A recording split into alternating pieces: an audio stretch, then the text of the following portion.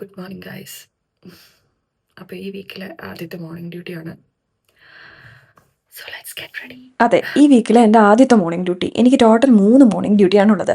പൊതുവേ ആദ്യത്തെ morning duty വലിയ കുഴപ്പമൊന്നുമില്ല. പിന്നെ മോർണിംഗ് ഡ്യൂട്ടി ഉള്ള ദിവസങ്ങളിൽ എനിക്ക് പൊതുവേ രാത്രി ഉറക്കം വരാറില്ല. ഉറങ്ങും, പക്ഷേ ഞാൻ ഓരോ മണിക്കൂർ കൂടുമ്പോഴും ഈ അലാം അടിച്ചില്ലെങ്കിലോ എന്നുള്ള പേടി കാരണം ഞാനിങ്ങനെ എഴുന്നേറ്റ് നോക്കും. നിങ്ങളും അതുപോലെയാണോ? ഞാൻ ഇത്ര നേരത്തെ എഴുന്നേൽക്കുന്നത് എന്താണെന്ന് വെച്ചാൽ I M A very slow morning person. അതുകൊണ്ട് രാവിലെ എഴുന്നേറ്റ് ആവശ്യത്തിന് ടൈം എടുത്ത് പതിയെ ഒരുപാട് ധൃതിപ്പെടാതെയാണ് ഞാൻ റെഡി ആവുന്നത്. എൻ്റെ സ്കിൻ കെയർ ചെയ്യും, മേക്കപ്പ് ചെയ്യും. സമയമുണ്ടെങ്കിൽ ഞാൻ അത്യാവശ്യം ഹോട്ട് വാട്ടറൊക്കെ കുടിച്ചിട്ടാണ് ഞാൻ പോകാറ്. സ്കിൻ കെയറിൽ ഞാൻ എപ്പോഴും കണ്ടിന്യൂസ് ആയിട്ട് ചെയ്യുന്ന ഒരു കാര്യമാണ്, ഞാനൊരു ടോണർ അപ്ലൈ ചെയ്യും, ഒരു ബ്രൈറ്റനിങ് സിറം ഉപയോഗിക്കും. മോർണിംഗ് ഞാൻ എപ്പോഴും നിയാസിനമൈഡ്, വൈറ്റമിൻ സി, സൺസ്ക്രീൻ, ഇത് ഇത്രയും എൻ്റെ മസ്റ്റ് മോർണിംഗ് സ്കിൻ കെയർ റുട്ടീനകത്തുള്ളതാണ്. പിന്നെ രാവിലത്തെ ഏറ്റവും വലിയൊരു ടാസ്ക് എന്ന് പറഞ്ഞാൽ ബെഡിൽ നിന്ന് എഴുന്നേൽക്കുന്ന ആ ഒരു ടൈം വരെ ഉള്ളൂ. അത് കഴിഞ്ഞ് കഴിയുമ്പോഴത്തേക്കും പിന്നെ ആ ഒരു ക്ഷീണവും കാര്യങ്ങളൊന്നും ഇല്ല കേട്ടോ. അപ്പോൾ ഞാൻ ഓൾമോസ്റ്റ് റെഡിയായി. ഇനി ബ്രേക്കിന് കൊണ്ടുപോകാനുള്ള ബ്രേക്ക്ഫാസ്റ്റ് കൂടെ എടുക്കുക. ഇപ്പോഴത്തെ ഒരു പ്രശ്നം എന്താണെന്നറിയോ? ഡ്യൂട്ടിക്ക് പോകുമ്പോൾ ഡ്രസ്സ് ഇടുന്നത്. അതായത് ഇവിടുത്തെ ടെമ്പറേച്ചർ ഫ്ലക്ച്വേഷൻ ഉണ്ടല്ലോ, നമുക്കിവിടെ സമ്മർ ആണെന്ന് പറഞ്ഞിട്ട് കാര്യമില്ല.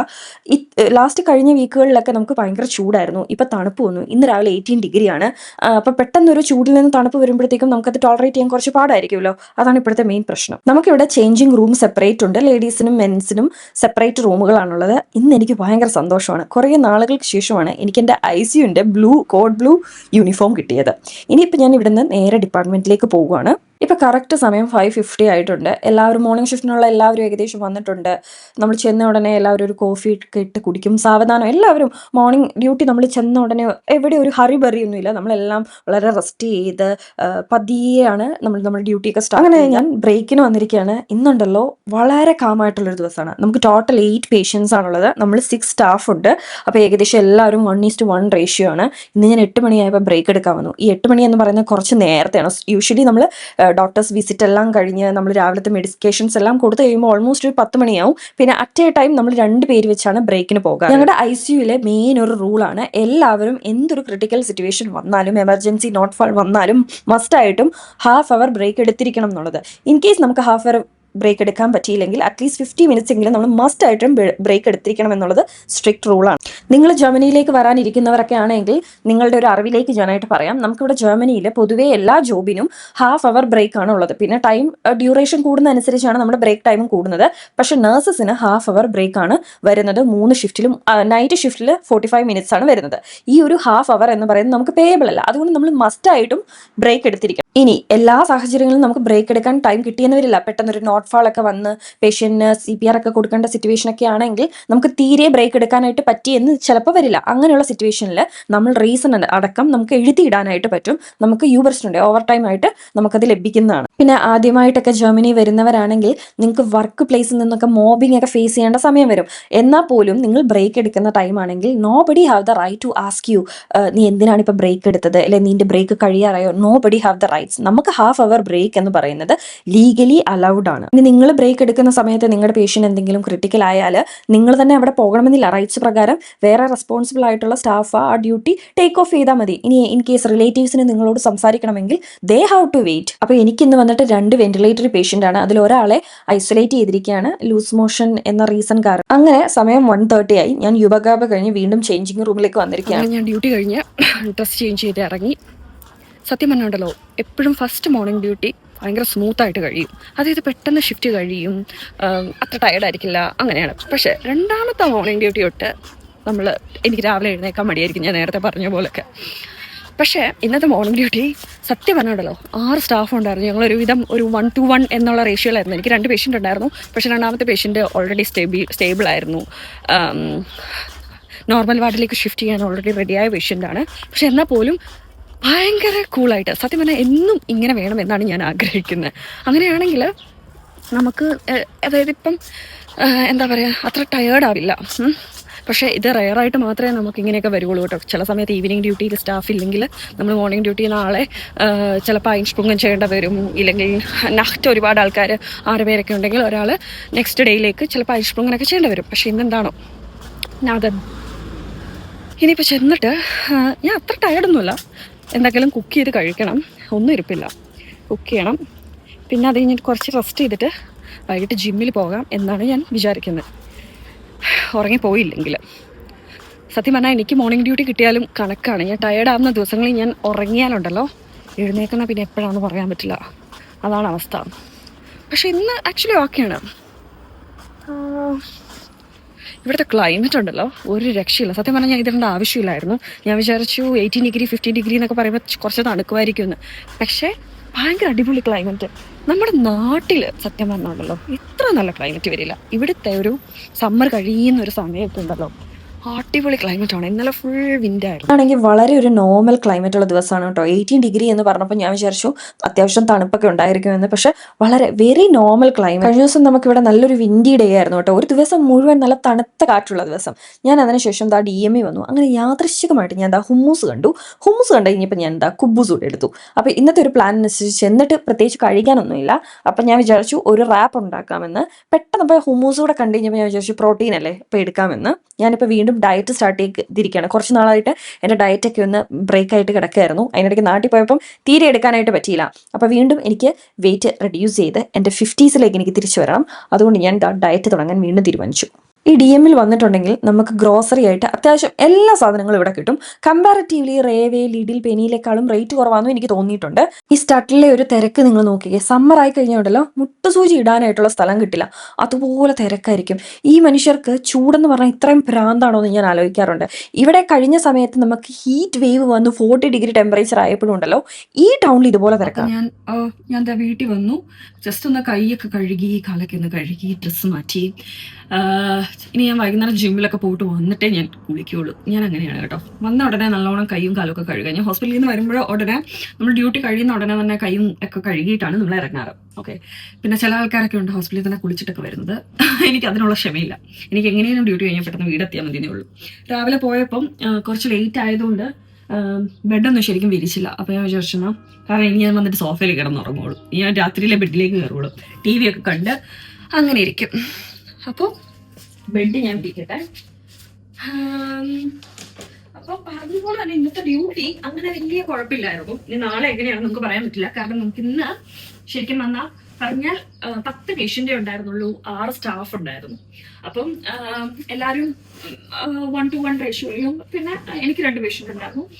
എനിക്ക് തോന്നുന്നു പിന്നെ നമുക്ക് ഈസോ പേഷ്യൻ്റ് ഉണ്ട്, ഐസൊലേറ്റ് ചെയ്തിരിക്കുന്ന പേഷ്യൻ്റ് ഉണ്ട്.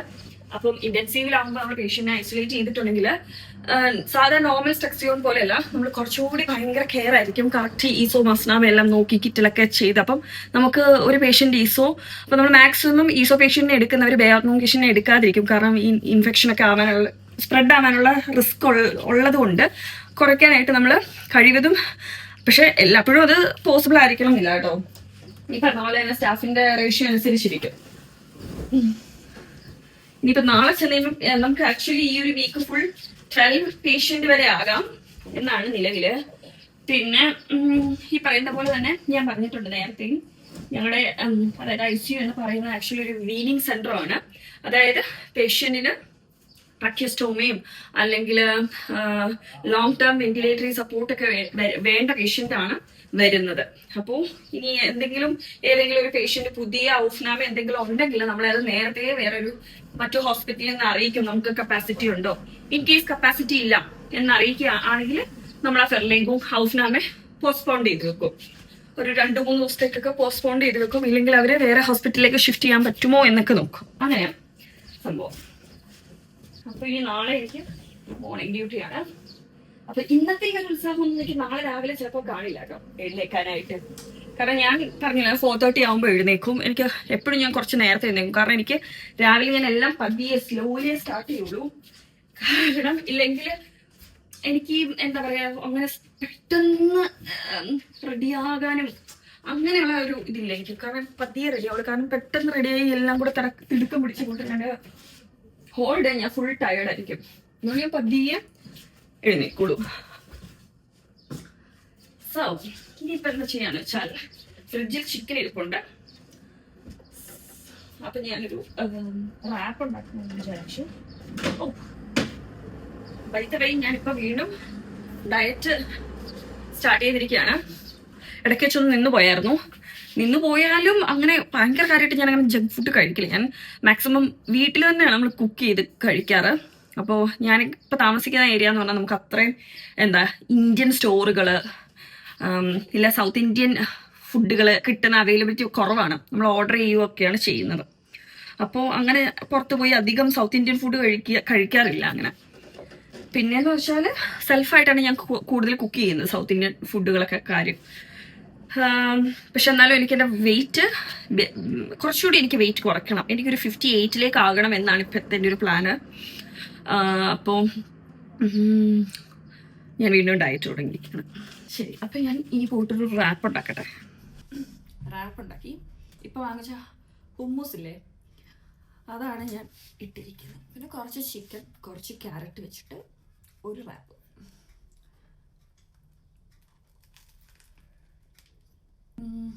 എൻ്റെ വ്ളോഗൊക്കെ നിങ്ങൾക്ക് ഇഷ്ടമാകുന്നതിൽ എനിക്ക് സന്തോഷം. കുറച്ച് ആൾക്കാരൊക്കെ കമൻറ്റ് ചെയ്തിട്ടുണ്ടായിരുന്നു ലോങ് വീഡിയോസ് കാണുന്നത് ഇഷ്ടമാണെന്നൊക്കെ പറഞ്ഞ്. ഇനി നിങ്ങൾക്ക് എന്ത് തരത്തിലുള്ള വ്ളോഗാണ്, എന്തൊക്കെയാണ് കാണേണ്ടത്, അങ്ങനെയുള്ള കാര്യങ്ങളൊക്കെ കമൻറ്റ് ബോക്സിൽ ഇടപ്പം ഞാൻ അതനുസരിച്ചുള്ള വീഡിയോ ചെയ്യാം. എന്നോട് കുറേ ആൾക്കാർ വോർഡിങ്ങിൻ്റെ കാര്യങ്ങളൊക്കെ ചോദിച്ചായിരുന്നോ.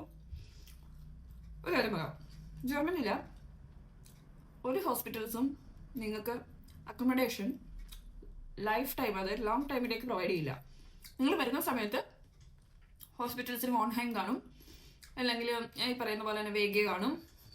അപ്പോൾ അവിടെ ആയിരിക്കും നിങ്ങൾ വരുന്ന സമയത്തൊക്കെ. പിന്നെ നിങ്ങൾ ഇങ്ങോട്ട് വോണിങ്ങില്ലാതെ വരികയില്ല കേട്ടോ. എല്ലാ ആർബൈറ്റ്കേബറും നിങ്ങൾ ഇങ്ങോട്ട് വരുമ്പോൾ നിങ്ങൾക്കൊരു വോണിങ് അവർ പ്രൊവൈഡ് ചെയ്യണം, ആ നിയമമാണ്. പിന്നെ നിങ്ങളിവിടെ വരുന്ന സമയത്ത് ഇപ്പം നഴ്സസിൻ്റെ കാര്യമാണ് ഞാൻ പറയുന്നത്. അനർക്കിനും ഇങ്ങനെയൊക്കെ വരുന്ന സമയമാണെങ്കിൽ വരുന്ന ആ ഒരു ഇനീഷ്യൽ പീരീഡ് നിങ്ങൾ അനർക്കിനും കഴിയുന്ന വരെ നിങ്ങൾ വോൺഹൈമിലായിരിക്കും താമസിക്കുന്നത്. എന്ന് വെച്ചാൽ ഹോസ്റ്റൽസ്.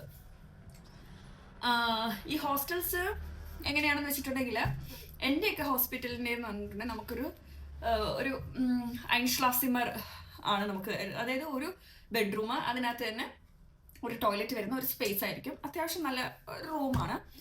പിന്നെ ചിലയിടത്ത് ചിലപ്പം നിങ്ങൾ ഗ്രൂപ്പായിട്ടായിരിക്കും താമസിക്കുന്നത്, എനിക്കറിയില്ല. പക്ഷേ ഇവിടെ മിക്ക ഹോസ്പിറ്റൽസൊക്കെ നമുക്ക് ഐൻഷ്ലാസിമർ വോണിങ്ങാണ് തരുന്നത്. വോണിങ്ങും കൂടെ സിമ്മറാണ് തരുന്നത്. അതിനുശേഷം നിങ്ങളുടെ അനർക്കനും കഴിഞ്ഞ് കഴിയുമ്പോൾ നമ്മൾ പ്രൈവറ്റായിട്ട് വോണിങ് നോക്കിയിട്ട് മാറണം, വീടുകൾ നോക്കിയിട്ട് മാറണം. ഇപ്പം നമുക്ക് ഫാമിലീസിനെയൊക്കെ ഇങ്ങോട്ട് കൊണ്ടുവരണമെങ്കിൽ നമുക്ക് ഹോസ്പിറ്റലിന് അക്കോമഡേഷന് പറ്റില്ല. ഇനി എനിക്കറിയില്ല ജർമ്മനിയിൽ വേറെ ഹോസ്പിറ്റൽസിലൊക്കെ അങ്ങനെ പ്രൊവൈഡ് ചെയ്യുന്നുണ്ടോ എന്നുള്ളത്. ഞാൻ താമസിക്കുന്ന, അതായത് ഞാൻ വർക്ക് ചെയ്യുന്ന ഹോസ്പിറ്റലിൽ ഇങ്ങനെയാണ്. അവർക്ക് ഹോസ്പിറ്റലിൻ്റെതായ സ്റ്റുഡൻസിന് ഉള്ള വോൺഹൈമുകളാണുള്ളത്. പിന്നെ ഓരോ സ്റ്റട്ട് അനുസരിച്ചിരിക്കും വോണിങ് കിട്ടുമോ ഇല്ലയോ എന്നൊക്കെ ഉള്ളത്. ഇപ്പം പൊതുവേ തന്നെ നമുക്ക് വോണിങ് വീടുകൾ കണ്ടുപിടിക്കാൻ, റെൻ്റൽ അപ്പാർട്ട്മെൻറ്റ്സ് കണ്ടുപിടിക്കാനായിട്ട് ഭയങ്കര പാടാണ്. പിന്നെ നമ്മൾ പരിചയക്കാരുടെ അടുത്തൊന്നും ഇല്ലെങ്കിൽ അൻസൈഗ വെർബും ഒക്കെ എഴുതിയിട്ടിട്ടാണ്, അതായത് ഓരോ അഡ്വർടൈസ്മെൻറ്റിലൊക്കെ കൊടുത്തിട്ടൊക്കെയാണ് വോണിങ് കിട്ടാറ്.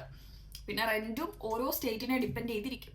കുറച്ച് വില്ലേജ് സൈഡൊക്കെ ആകുമ്പോഴത്തേക്കും റെൻറ്റ് കുറവായിരിക്കും. മെയിൻ സിറ്റികൾ വരുന്നിടത്ത് റെൻറ്റ് കൂടുതലായിരിക്കും.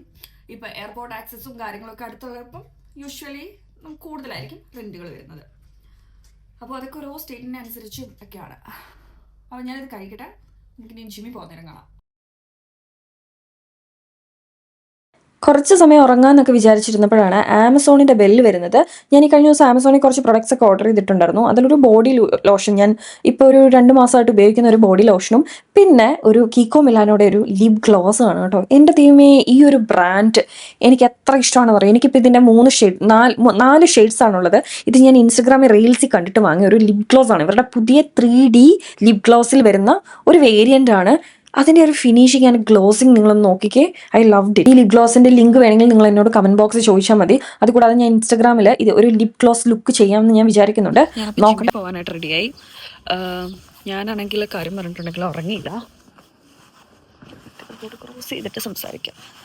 ഞാനാണെങ്കിൽ ഉറങ്ങിയില്ല. കാര്യം ഞാൻ റീലൊക്കെ നോക്കി ഇങ്ങനെ കിടന്നിട്ട് എനിക്ക് ഉറക്കം വന്നായിരുന്നു. പക്ഷേ ആ സമയത്ത് പിന്നെ വീട്ടിലേക്കൊക്കെ കോൾ ചെയ്തു, മീനുവിനെയൊക്കെ വിളിച്ച് കഴിഞ്ഞപ്പോഴത്തേക്കും പിന്നെ ഉറക്കം അങ്ങ് പോയി. പിന്നെ വിചാരിച്ചു ഇപ്പോൾ സമയം 8:15 അപ്പോൾ ഇനി കിടന്നിട്ട് പിന്നെ കാര്യമൊന്നുമില്ല. പിന്നെ ഞാൻ എഴുന്നേറ്റിട്ട് പിന്നെ എനിക്കൊന്നും ചെയ്യാൻ പറ്റില്ല, ഫുഡ് ഉണ്ടാക്കാനും ഒന്നും പറ്റില്ല. പിന്നെ അതുമല്ല ഇപ്പം കിടന്നുറങ്ങിയിട്ട് പിന്നെ രാത്രി കിടന്നുറങ്ങില്ല. വന്ന് ഉടനെ തന്നെ ഒരു 3 മണി തൊട്ടൊരു 5 മണി വരെ ഒരു 2 hours കിടന്നുറങ്ങുകയാണെങ്കിൽ കറക്റ്റാണ്. പക്ഷെ ഞാൻ പറഞ്ഞില്ലേ, ആദ്യത്തെ മോർണിംഗ് ഡ്യൂട്ടി അത്ര ടയേർഡായിരിക്കില്ല. പക്ഷെ നാളെ ഞാൻ ഈ വ്ളോഗ് എടുക്കാനിരുന്നായിരുന്നെങ്കിൽ ഒരു പക്ഷേ ഈ വ്ളോഗ് കംപ്ലീറ്റ് ആവില്ലായിരുന്നു. അപ്പോൾ ഇതൊക്കെയാണ് ഇന്നൊരു ദിവസത്തെ വിശേഷങ്ങൾ. ഇനിയിപ്പം വർക്കൗട്ട് ഇപ്പം ഞാൻ ജിമ്മിൽ പോകും, ഒരു 1 hour വർക്കൗട്ട് ചെയ്യും. എന്താ ചെയ്യുന്നതെന്നുള്ളത് ഇനി അവിടെ ചെന്നിട്ട് പ്ലാൻ നോക്കിയിട്ട് വേണം എന്താ ചെയ്യുന്നേ എന്നുള്ള തീരുമാനിക്കാനായിട്ട്. വർക്കൗട്ട് വീഡിയോ ഞാൻ എന്തായാലും ഇതിനകത്ത് ആഡ് ചെയ്യുന്നില്ല. അപ്പോൾ ഗൈസ്, വീണ്ടും അടുത്തൊരു വ്ളോഗായിട്ട് കാണുന്നത് വരെ എല്ലാവർക്കും bye bye, take care, by.